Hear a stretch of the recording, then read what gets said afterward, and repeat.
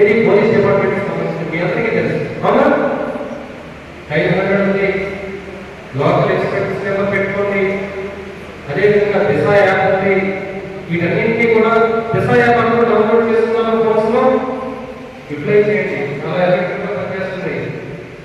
అదేవిధంగా స్కూల్స్లో పిల్లలకు చెప్తున్నాను, ఇక్కడైతే ఏంటి అనేది చాలా ప్రాసెస్గా ఇక్కడైతే మేము ఎక్స్పెక్ట్ చేయలేదు. కొన్ని స్కూల్స్ అండ్ కాలేజ్లో డ్రగ్స్ ఎక్కువ, కొంత యూస్లెస్ పిల్లలు కొంత పిల్లల్ని దగ్గరికి తీసుకొని వాళ్ళు కూడా డ్రగ్స్ కూడా సరఫరా చేస్తారు.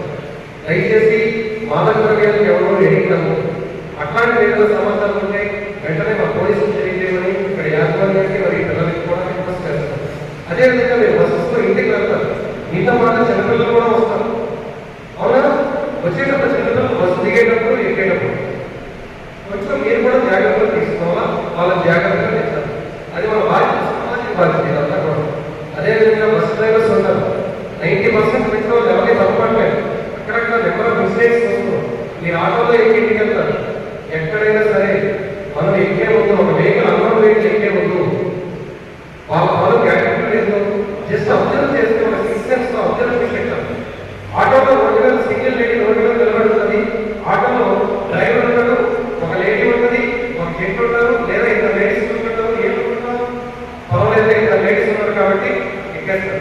కానీ లేడీస్ ఎవరై ఉంటారు, ఆ లేడీ ప్లస్ డ్రైవర్ వాళ్ళ ముగ్గురు కూడా కాన్ఫరెన్స్ కూడా టీమ్ అయి ఉంటారు.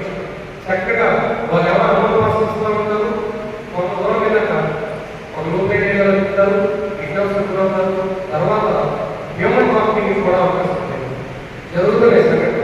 అందుకని చెప్పేసి మనం ఇక్కడికి వచ్చేటప్పుడు ఎంత జాగ్రత్తగా ఉన్నామో సాయంత్రం పూట ఇంటికి వెళ్ళేటప్పుడు ఎప్పుడు కూడా లైట్ ట్రైన్ అయిన తర్వాత ఎక్కువ నేరాలు జరగడానికి అవకాశం. అందుకని చెప్పి ఇంటికి వెళ్ళేటప్పుడు కూడా జాగ్రత్తగా గుంపుగా వెళ్ళండి.